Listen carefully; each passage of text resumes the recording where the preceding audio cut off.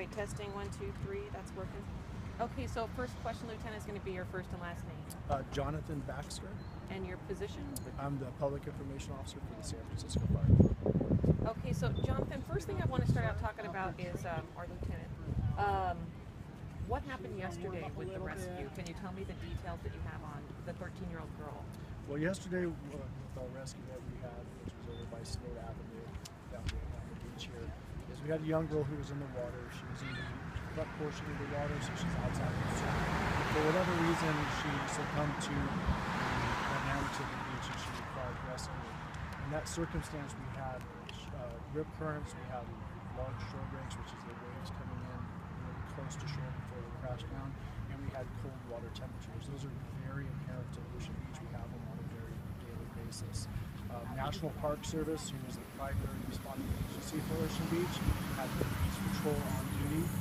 They were almost immediately on scene for that rescue, before the rescue swimmers into the water and effected a very swift rescue effort. San Francisco Fire Department arrived on scene and attended with medical units, which was transported for observation. And we decided to do the story because of that, and also because this morning the National Weather Service issued a beach hazard statement for Sonoma and Monterey counties, and a warning about rip currents and strong shore breaks. And I was just talking to some other teams who were out here today, and they were saying, it doesn't look that good. Is it deceptive in this way? Yeah, that's a very good point. Our beach, you can see that it looks like it's not too hot. The water temperatures right now are around 51, 52 degrees. We're a grown adult going out there for less than half an hour. I'm looking at 2 sets of rip currents right now in our immediate area. It's important for people to understand that I'm 6'4" and 200 pounds. If I was in ankle deep water in that rip current and I fell down, that's enough force to pull me out to the ocean. So if you're not an experienced swimmer, if you're a child, if you're a little bit smaller and less weight than a person my size, that can be very dangerous for you. In addition to that, every maybe 5 to 10 minutes, we have sneaker waves. We have large shore breaks, and large shore breaks means that the waves are coming in close to shore, breaking. So if you have a child, if you're here and you have experience, you go, oh, I'm only in deep water, this is great. You can have one of those waves come in and knock you down into the water. You might take in a breath of water, you might get caught in the rip current, pull you out and you get from the rescue. And is it of particular concern because, like I was saying, the temperatures are supposed to start getting even hotter this week. Schools are letting out. There's going to be more people coming out here. So is this like, I know you're always on the go, but does it take on a heightened sense with the crowds? Yeah, so we are preparing in collaboration with the National Park Service, San Francisco Police Department, and the United States Coast Guard to make sure that we're all doing community outreach, specifically the National Park Service and the Fire Department on our Ocean Beach hazards. Engaging the public, letting them know that things that they might think are safe are not safe. I know particularly the National Park Service Beach Patrol is doing a great job just pulling people out of the water who aren't in wetsuits and saying, this water's 50 degrees, this is not the ocean that you need to be in these conditions. And those are important factors. A lot of people also say, well, there's surfers out there, the surfers do great.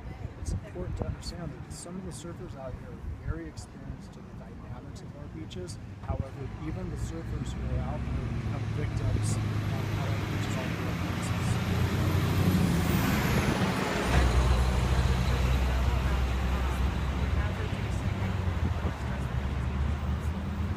Yeah, at Ocean Beach, we're recommending that if you're going to come to the beach, come in groups, come in pairs. There's a lot of events that you can do. It's a beautiful, great destination.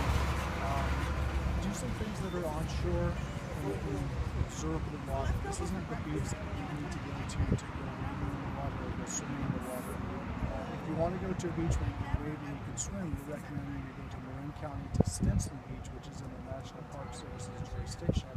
It has a designated swimming area, and it also has designated lifeguards to protect you there. There is a reason that we don't have lifeguard towers at Ocean Beach, is that because we do not recommend wading in the water. This is one of the most dangerous beaches in regards to the water in America. And for that reason, again, I'm going to emphasize, we just do not recommend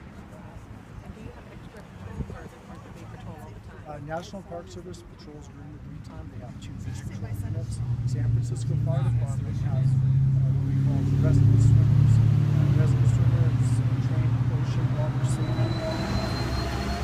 protective services. They are deployed out of coastal fire stations, but they do not patrol. They respond to emergencies. So if you are a victim who's in the water, it takes less than 1 minute to actually drown. It takes us about 4 to 7 minutes to respond to your emergency for the fire department with our coastal rescue units and our rescue swimmers. So you can see that there's an issue there with protection. So again, that's why we're emphasizing, if you want to swim, go to Stinson Beach, go to one of the other beaches in the area, come to our beach to enjoy the beauty of it, but not in the water. Thank you. Appreciate it.